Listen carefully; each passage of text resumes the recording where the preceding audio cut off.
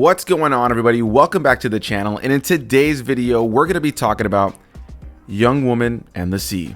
Directed by Joachim Rønning and written by Jeff Nathanson, this is based on a novel by Glenn Stout telling the true life story of Trudy Ederle, played by Daisy Ridley in this film, and stars people like Tilda Cobham-Hervey, Stephen Graham, Jeanette Hayne, Kim Bodnia, Christopher Eccleston, and more. And before we get too far into this video, I'd like to say a big thanks to those kind folks over at Disney for sending me an invite to come and check this movie out just a few days prior to its release.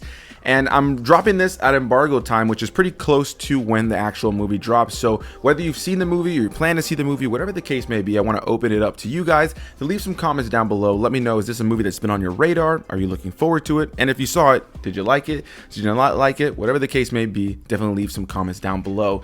And something I want to make clear up front is that this is based on a true story biopic. I'm not familiar with the true story of Trudy Ederle. I had heard of this woman achieving this feat of being the first woman back in the 1920s to swim the English Channel and completely change women's sports for the future. This is a story of a woman who completely defied the odds, and ultimately in a time where women were looked down upon when it came down to sports and to swimming, and even the idea of women swimming in the same pool as men was looked down upon, she completely fought against all that criticism, fought against all the naysayers, and ultimately has so much drive, so much heart and will to ultimately push through, achieve this incredible feat of swimming the English Channel in a little bit under 15 hours, which I believe was a couple hours quicker than even some of the records set by men at the time. So yeah, I just want to make it clear, I actually don't know the true life story, so this isn't going to be a comparison and contrast, but I want to open it up to any of you guys who maybe were familiar with the true life story, maybe where they had some differences in the story here, where did they kind of dramatize certain moments for creative liberties.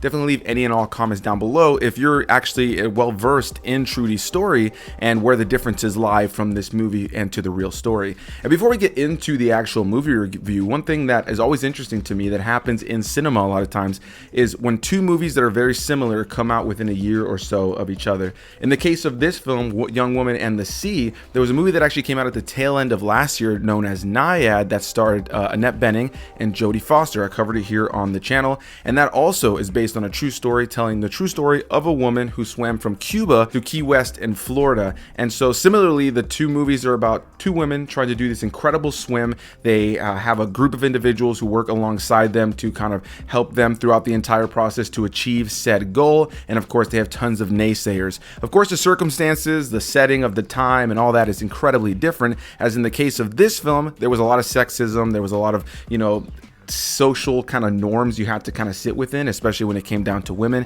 And again, the idea of women in sports was just a laughable offense at this time, which is crazy to see. It's crazy to see how much has changed and how events like this, stories like this of this woman Trudy are integral when you look to the history of women being able to kind of branch out and do things that they were once thought to not be able to do. And so yeah, I thought this was a really impactful story, something that just even reading about before I went into this to some big degree or seeing the trailers is pretty impactful. In a lot of ways, this is a family-friendly biopic that is an inspirational underdog story. You've seen movies like this before, so it's not necessarily something that feels incredibly brand new, but of course this is based on a true person's life and a true story. It is interesting though, again, that Naiad came out last year because there was that part of my mind that kind of compared the two because there are similar sequences in the film and an overall similar story, though they are different, and they're both about two different women that did two incredible swims at two entirely different times in the world and have their own backdrop of a world and what's going on at that time, different things that the naysayers are saying. But ultimately there are naysayers, and I think that for the most part this movie really tackles the idea of pushing through those naysayers and having a nice inspirational message of finding that internal will and drive to do the things we want to achieve. I think that's something that anybody can walk away from this movie from, or any movie in general, that is an inspiring underdog tale. On one hand, you know where it's gonna go, so it really comes down to the execution. And so in the case of Young Woman and the Sea, I think for the most part you have a really solid cast here, led by Daisy Ridley as the character of Trudy Ederle. I found her to be really joyous and cute in this role. There's a portion of the film where her character is kind of showcased as somebody who's fairly naive, maybe a little bit simple-minded, and I think that Daisy Ridley has the perfect attributes to kind of play somebody who's willed and driven, but also somebody who could play, that joyous kind of simple-minded kind of individual as well. And I think she does that very well here. Outside of her, you have a rest of a great ensemble cast with people like Tilda Cobham-Hervey, as well as people like Christopher Eccleston Eccleston in here. There's a really stacked cast, and there's a lot of people that I wasn't really familiar with as well that I thought really did a solid job here. One of my favorite elements of this film is the family dynamic of Trudy and the rest of her family. There was a lot of doubt between certain members in the family while also being an extreme amount of support and love, and I thought that the various characters that are a part of the family dynamic ultimately led to where a lot of the emotional beats in this film really work. Outside of that, like any period piece film, you want to be able to feel like you're poured into that time, and I think that Young Woman in the Sea utilizes some great practical effects both in the set design, locations that are used, as well as costume design, vehicles, all the things you need to kind of port you back to that time. There are a couple of moments where they show the city and you can tell it's a digital city or a CGI city, and there was a couple of moments like that made it feel a little bit less tangible, but ultimately I thought the aesthetic and look and feel of this vibe of the film was really solid, and I think that it very much felt like a period piece. It took me back to those 1920 times, and not only with the dialogue and the sexism going on at the time and the classism that you see in the film, but also just with that overall aesthetic, and even the musical score I think kind of lended itself to a period piece. And I really want to praise the musical score that comes from Amelia Warner, who I thought did an incredible job here. I'm not overly familiar with the other things that she's worked on when it comes down to musical score, but I thought the composition here was great. It really added to a lot of the moments in this film, and as I found myself getting more emotional to the very end of the film, it was really a lot of times because of Amelia Warner's fantastic score, which thankfully is also accompanied by great cinematography from Oscar Farah, who I think captures a lot of the sequences in this film very, very well, especially the stuff that's shot in the water, because water movies can be a little bit tricky sometimes, and they cannot necessarily always look the best, or you can have choppy camera work depending on the movie, especially when you look back at older films that worked with water. But in the case of something like this, where we have a huge portion of the film where our characters are in the water swimming, and the camera has to kind of move from in and out of the water, I think that Oscar Farah did a really great job when it comes down to the overall look of this film and keeping everything consistent and allowing us to see what's going on in these sequences with the water. And at its core, as I mentioned, it's an inspiring underdog story. I think for the most part, if you're going into a movie like this and you already know it's based on a true story of somebody achieving an incredible feat, you already know where the movie's going. So there's no surprise as to what the turnout of it's going to be. It's more about the movie being able to get you invested in this person's story, get the pieces of what their life was all about, and then ultimately find yourself inspired by the time you get to the end of it. And I think for the most part, this movie captures that tone very well. This is a PG film, so there are some areas when it comes to some of the severity of the sexism of the time that was probably